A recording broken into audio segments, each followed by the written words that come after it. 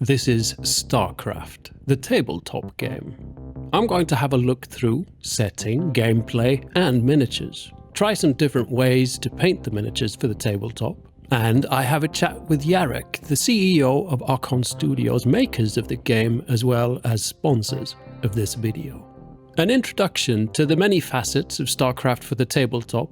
It's a lengthy video, so there's chapters down below if you're just on the lookout for something specific. Now I'm pretty excited. I played StarCraft the video game as a kid. There's some serious nostalgia here. I remember the feeling, Blizzard releasing what felt like the most complete, complex and comprehensive game ever. The future was here, now. Well, then. The StarCraft story is pretty deep and complex, but in short, we're some 500 years from now in the Koprulu sector. Deep in space on distant worlds. Humans or Terrans have left or been exiled from Earth and battle for expansion and survival against alien foes and, well, themselves. The insect-like Zerg and the more advanced kind of ancient supreme being like Protoss, whom also, of course, battle for their own expansion and survival. Everything you need for a good space opera. For the good folk over at Archon Studios, it's been a bit of a past dream to create a tabletop version of StarCraft. Its distant worlds and races. Even the name Archon is something you can find in the StarCraft universe. As a kid, we used to play paper hammer because we have no money to buy any miniatures, so we just put paper stuff. And then I discovered StarCraft, which was the closest any type of strategy play. I know it's difficult to compare, but in general, it was giving me so much vibe of tabletop kind of miniatures games. So, back in the day, video games were actually keeping you out of the street, if you know. It was actually, video game were doing quite well for us. And at the end of the day, we ended up with actually making physical StarCraft game, which is so amazing. So seeing the StarCraft on the table, my dream game, we have a idea many years ago, and then change that idea for so many years, and all of a sudden actually making it. So something doesn't add up here. I've got the Founders Edition 2-player starter packed full of sprue. Terrans, Zerg, Terran, as well as cards, tokens, dice, playing mat. You know, all you need to play. Archon Studios is one of the few companies in Europe that make high-detail miniatures in plastic like this, and they keep refining and refreshingly innovating the process. This is not only noticeable in the high detail and quality, but also in the shape of different colored plastics. There's also transparent plastic. I like this, and it's unusual in a tabletop gaming situation. For me, it adds sort of gaming vibes, kind of retaining the fun and toy aspect in tabletop miniatures in a positive sense, as well as reminds of the computer game origins. The clear plastics are great for details like visors and crystals, but even in the case of some Protoss, full clear plastic miniatures representing sort of their cloaked or hidden state, I think. I kind of realized something, well, to me personally fascinating about the design of the miniatures while talking to Jarek.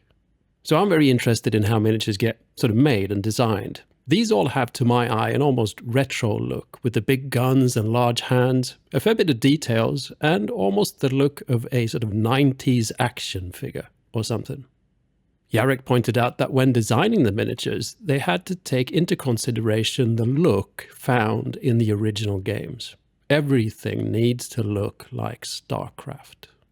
But we have to stay 100% with the source materials, and that's what we do. Some of the miniatures poses we would like to make more flexible, more dynamic, but again, source materials does not allow make those things. So we have to take even the poses of the miniatures. We have to make sure they're not doing anything crazy, which normally you won't find it in the video game, right? So this is kind of interesting as it creates a pretty cool framework that gives everything on the tabletop a specific and unifying look. Now, assembly is pretty straightforward. Simple figures are few bits, larger figures more bits. One minor hallelujah moment is the fact that Archon Studios know how to do sprue layout, with the bits you actually need gathered in one place and not spread out randomly. Now, this is an army-style game, and you need an army-sized decent amount of miniatures on the table. So there's a fair bit of assembly, but also, moving on to painting, I figured the mass was something I would want to address. To explore some different army painting styles that don't take too long to paint per miniature, giving us a glance at what the minis look like when painted for the tabletop, as well as hopefully giving you some inspirational ideas. Starting with the Terran Marines and sticking to the official color blue, I've got 4 different techniques and examples, and these can of course be mixed and matched. The first obvious approach is to prime a model with a blue. I think this will need a black wash to give some depth and to mute down that very vibrant blue. But the efficiency trick here is to paint all the details I want before I add that black wash. I use a dark metallic paint on parts of the weaponry as well as a brighter steel for other parts. There's the red details as well as some orange leather, and I chose a rather dark Caucasian skin tone, all sort of to contrast all that blue. I even paint the base with a warm grey. Now I'm not going to do any highlights on this or any of the following examples. I want to stick to seeing what all this looks like in the simplest of scenarios. But as an example, one way of getting a type of highlight and detail swiftly is to add some chipping, some armor damage after dealing with that swarm of Zerglings. I got a piece of sponge. This is some kind of electronics packaging, but it's kind of like a kitchen sponge. By lightly dipping this sponge in paint, then dunk it a few times on a piece of paper to get rid of excess paint, I can then simply and swiftly stipple on some chip marks on some protruding edges where I'd expect some wear. I've used a steel paint, thought that would be cool, but a light grey or something like that works fine too. And then the black wash on everything.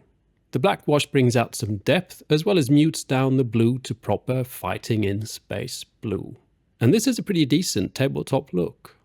Now, as you can see, these models have got quite a lot of details, but this actually works rather well when enhanced with a wash or a contrast paint, and gives quite a lot of life to all the paneled armor. I talked to Jarek about this. Usually there's a rule of 80-20, which means that I need to have 80% of flat surfaces to paint and 20% of detailed surfaces to paint. Otherwise, the miniature became too much overloaded in terms of component, and you might feel there's a little bit too many elements comparing to other companies, but we have to do that. So it's not like there's no golden rule of the IP, so we have to stick it with original materials. I mean, I still think you solved it pretty good because you can see that they're also kind of designed so that they could... Personally, I think the designers solved this well in terms of sculpting, where the details are details that look good even if they're not painted as individual elements, and the models look nice even in a swift army painting process. Next Marine is going to be a very similar approach to the first, but a metallic version. I sprayed the entire model with a steel metallic. I then tint this metallic with a blue speed paint. I have to admit I don't use tons of contrast paints, so I kind of just used the blue I had at hand. After painting on the rest of the details, just like the first model, I then go over everything with a black wash. Again, just to tie everything together and give it that kind of battlefield look.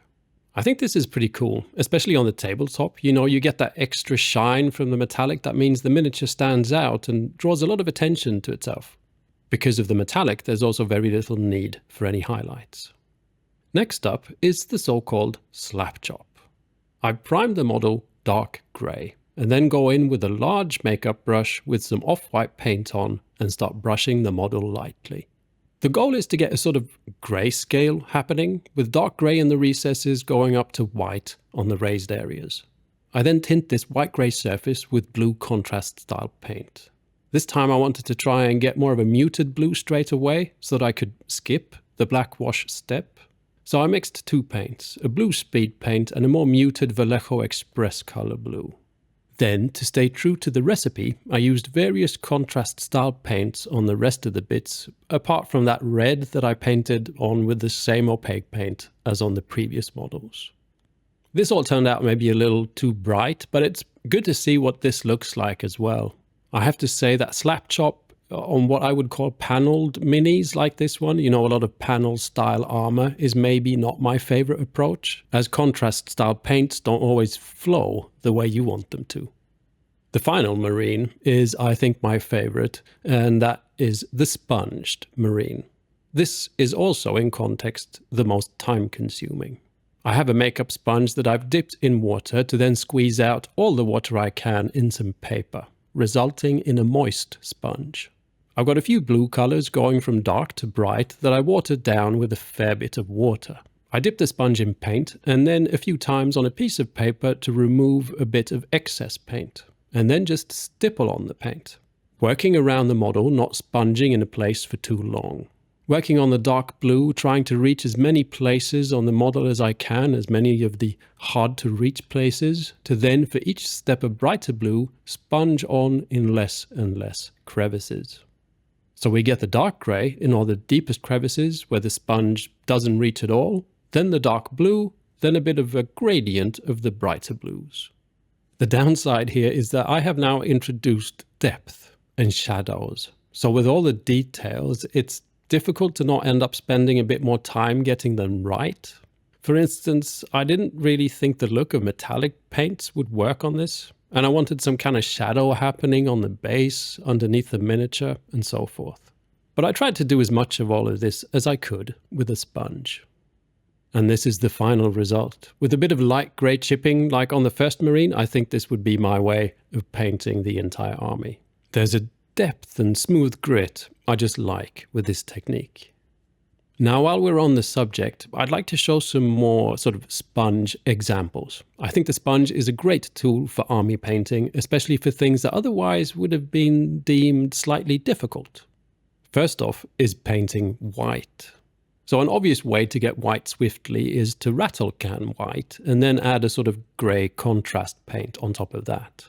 This turns out fine, but again, on models with a lot of panelled armour like this, the contrast paint kind of likes to do its thing that sometimes looks a bit more like grey dirt and not shaded grey. Sponging on white, however, is a great alternative. Honestly, it's the smoothest white I know how to get, and that's not really based on technical expertise or time spent on this model. The sponge simply works well for this stuff.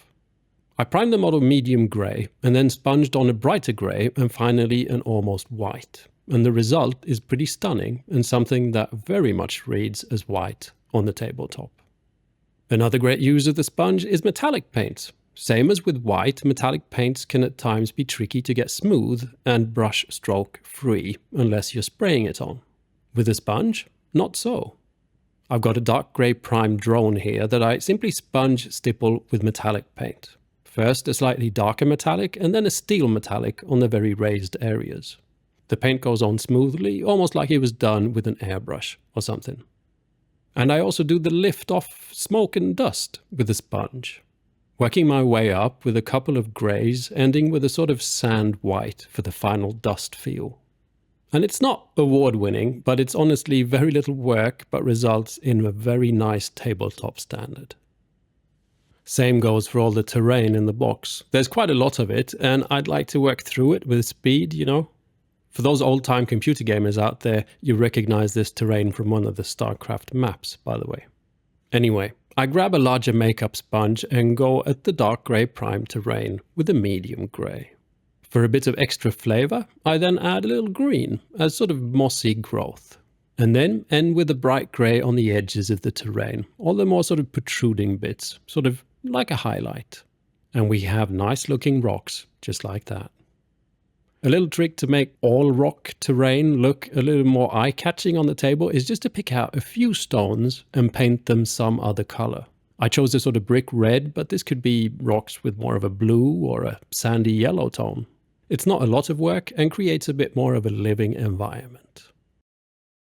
We now have some Zerglings to think about. A unit of Zerglings can be 12 to 18 models. Potentially, if you field a lot of these, you're in for a treat in the swarming amount of minis you need to paint. So we need to find something very efficient. For this, I figured a slap chop would be ideal. There's a lot of organic detail here that would love both a dry brush and a contrast style paint. But I want to add a twist. So, first the dry brush with an off-white. A pretty sloppy one, to be honest, just getting all that detail popping, really just creating some coverage for the contrast style paints. I then have a few paints at hand, a purple, a vibrant pink and 2 browns. Although I ended up using pretty much only the warmer of the 2 browns, the snakebite leather. What I want to do is blend these paints on the miniature while they're still wet. Wet blending. So if I start on one section of the mini with the purple, adding a bit of pink to the edges of the purple, giving us a sort of color twist from cooler purple to warmer pink. I then grab that warm brown and keep painting while the other paints are still wet. This means I can mix them on the mini and create these awesome color gradients that have a very organic feel to them. I continue like this around the model in sections. It takes a bit of practice, but after a few Zerglings I'd reckon you'd be pretty comfortable. And the result is pretty darn cool.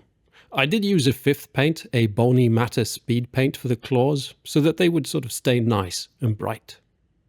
If you don't like this sort of dark and grimy look of the dry brushed slap chop, you can of course do the same wet blend thing, but on a Zergling that has just been primed one bright color. And to get that real warm cockroach vibe, I tried a beige primer instead of a white for this. Then applying the contrast paints just like before, blending them on the model, and we get this. This is exactly the same paints as on the previous Zergling, but you can see how we're getting a warmer and more vibrant tone. However, the sort of contrast paint effect of paint gathering and pooling up is a bit more apparent than on the first version. Now for larger models, large models can be scary, I know. Hopefully this makes them less so.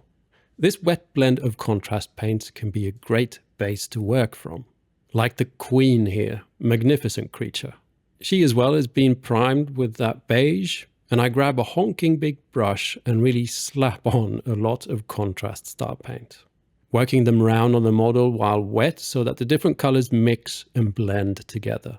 Trying to go for the warmer brown on the faces pointing up towards the light and the pinks and purples in joints and shaded areas. Now this does look like a bit of a mess, but as a swift, fun base coat, it works great. Now if I then move back to my sponges and use paints that are kind of the brighter versions of what we can see on the model, a violet for the purple, an orange for the pink mixed with warm brown, and then a bit of bone for the rest of the brown, I can go in and add kind of like highlights. But at the same time covering up some of the areas where the contrast paint just looks too messy. I'm very light-handed with the sponge. I just want to touch the raised areas so that we don't mess with the shading in the crevices. Again, like before, it's important to water these paints down so that they become slightly transparent and thus blend in nicely with what's happening underneath. When I get to the bone color, everything starts to make sense and starts to look pretty good. I go at the claws with a lot of paint, neutralizing them so that I can go over them again with that bone speed paint, giving me some awesome claws. The eggs, however, need some traditional brushwork. I used a bright green and then a green shade to try and get some kind of depth to the inner workings of this very large bug. And there we have it, a very tabletop-ready queen.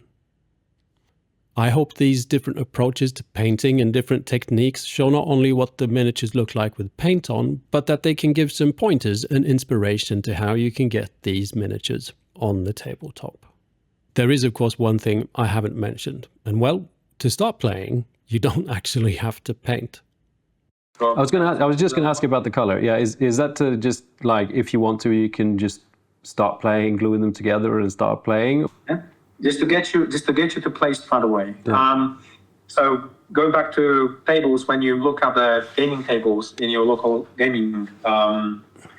If the miniatures are not painted, everything looks grey. And then it's a grey blob against grey blob. Yeah. And then when you actually, meet it in the halfway through on a table, it's just like grey blob. Yeah. Just a bigger one. We had one team member who actually got those miniatures and just washed them with additional shading and nothing else. Yeah. So you have a main color and then just shade it, and it was all still perfect and still great. So it was like, okay, job done. Yeah. I've got my entire army, I can just play it now. Yeah. And without feeling that something is missing, Yeah. So we move away from the grey color for this project. Yeah. Now a last tip when it comes to the models, and it's regarding the clear plastic elements. Some of the clear plastic, well, I'd call them effects, come attached to other bits that you probably will want to paint. In these cases, I glued them onto the miniature and masked the transparent bit that I still want to stay transparent. I tried using both airbrush putty and indoor masking tape, and both worked out fine. Other models have transparent bits I chose to attach after the model was painted. But in this case, I labeled the model in question so that I later on could match it to the right set of transparent parts. We also get a fair bit of crystals, a cool thing to put on the bases. I chose to add these when the mini was painted. But a transparent element shaped like this, well, it kind of reflects what is underneath. So putting it on a bright surface will make it look like it's glowing a bit more. So if you want a bit more glow to the crystals, you can paint them with a bit of white underneath before gluing them in place. Now regarding glue, superglue or CA glue can frost a transparent plastic. So if you're gluing on something very visible, it's worth using other glue. I mean, for the underside of a crystal, it doesn't matter if it frosts, right? But this laser beam, for example, I kind of don't want it to frost up. So in a case like this, I use plastic cement, like I've used during the entire assembly. Be wary, however, as plastic cement dissolves the plastic, it will do the same to the paint. So be careful that you don't ruin your paint job. Plastic cement is of course also the most durable, so with something like this cool rifle blast, I need a good strong plastic cement bond, or this will be knocked off pretty easily. There are other choices for glue that don't frost the plastic and don't melt your paint if you've got bits that don't need a super durable bond. One of them is Elmer's School Glue. This is what I use to glue the clear visors in place. This type of glue dries clear, and so when everything's cured, it won't be visible. Now, if you've accidentally gotten paint on your clear plastic, you can clean it up with a bit of isopropyl alcohol. Again, this will strip all paint, so be careful not to get it on the purposefully painted areas. But with a bit of careful brushing about with the brush, you can remove most mistakes. You can, of course, also paint on top of the clear plastic, on purpose. A transparent paint, like a wash, can be painted on to add some more grimy looks, for example. It's not always super visible, but can be a nice way to tone down the rather bright and shiny transparent plastic. Finally, during assembly, you'll find that there's parts on the transparent sprue that aren't necessarily intended to be transparent. I think it's just allocation of bits, you know, where Archon were doing sprue layout. For example, if one looks at the official painter Medics, the cross on the shield is always painted white, like the shield, yet the cross comes as a transparent bit. I, however, think all this transparent stuff is fun, so I'm taking every opportunity to add as many transparent bits to the minis as possible, like I also did on the antenna on the drone. Oh, and by the way, if you've scraped the mold lines off a transparent bit and it looks a little frosted, you can make it clear again by lightly brushing it over with some plastic cement. Alright, so we have painted miniatures and assembled miniatures and clear plastic. But what about gameplay? We want to know how the game plays, right?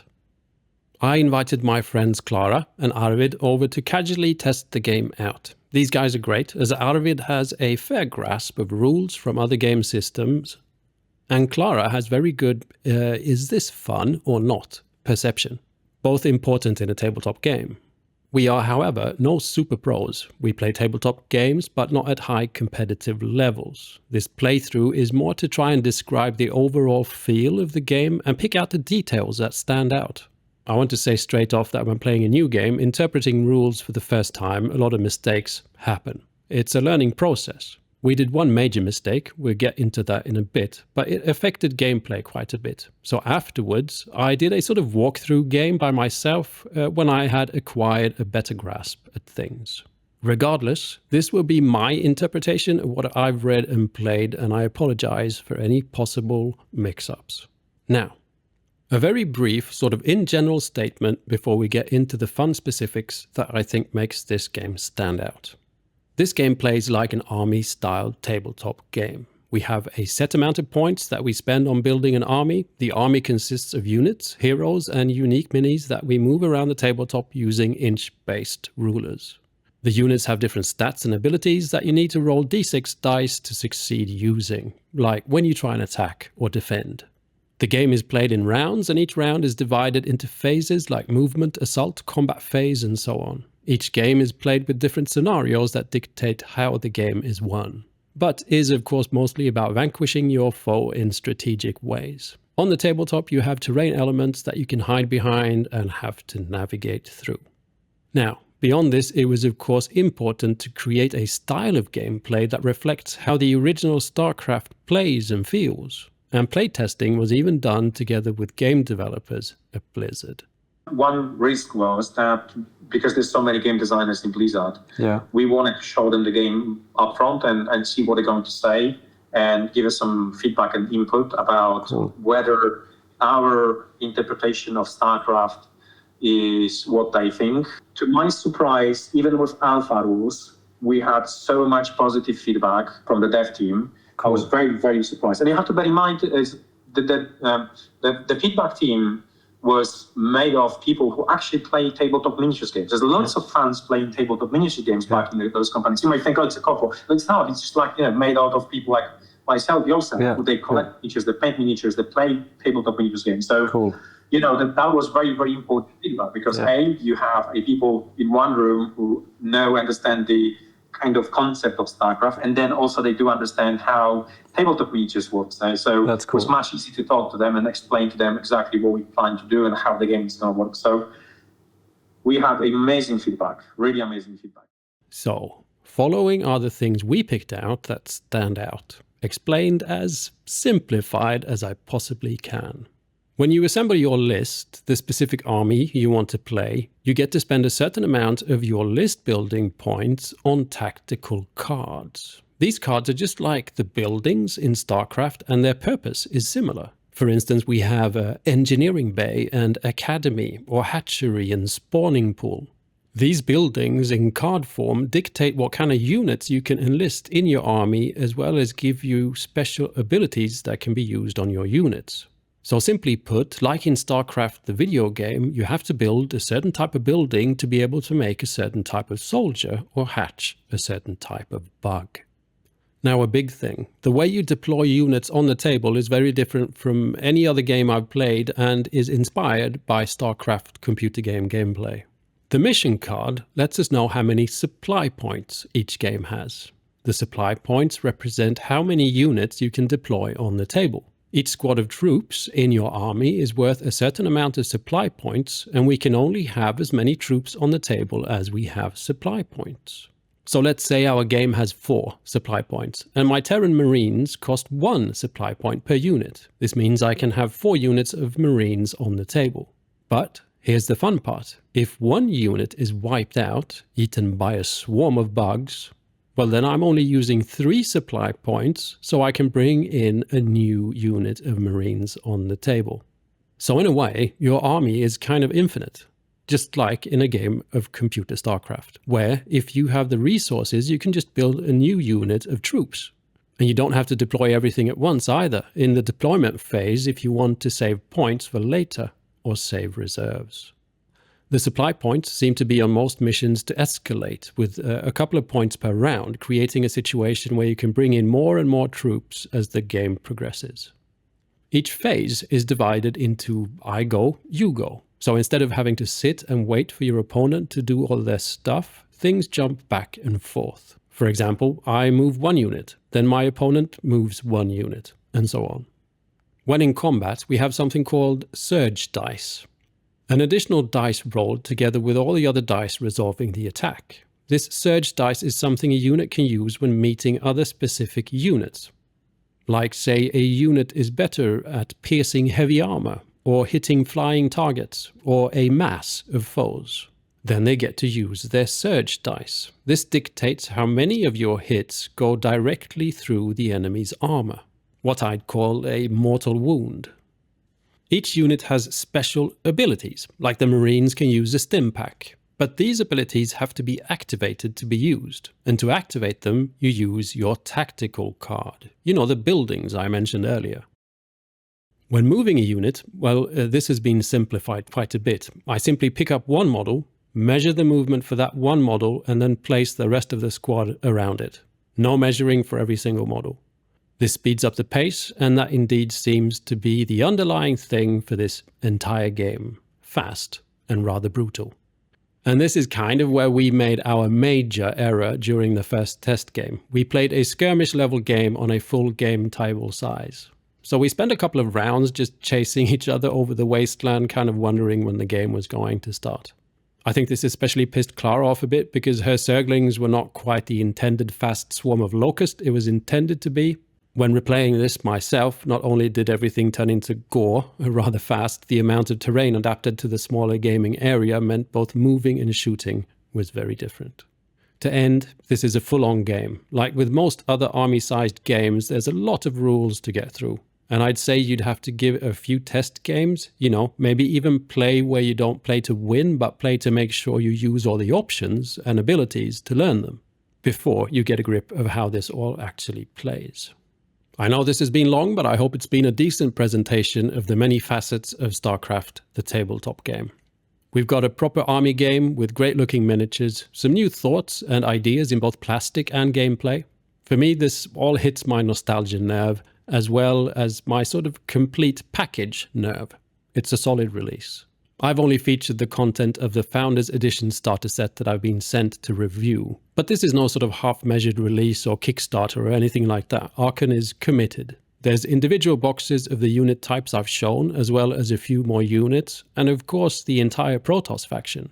My starter set, the Founders Edition, and the Protoss Founders Edition starter set, I believe are only available during the pre-order period that ends April 17th. There's also a lot of different bundles for those that really want to get their hands on even more plastic. But my box, for the price I've seen online over Archon Studios' website during the time of this video's release, is a very decent price for the amount of stuff you're getting. There's a link down below that will take you there. Please check it out.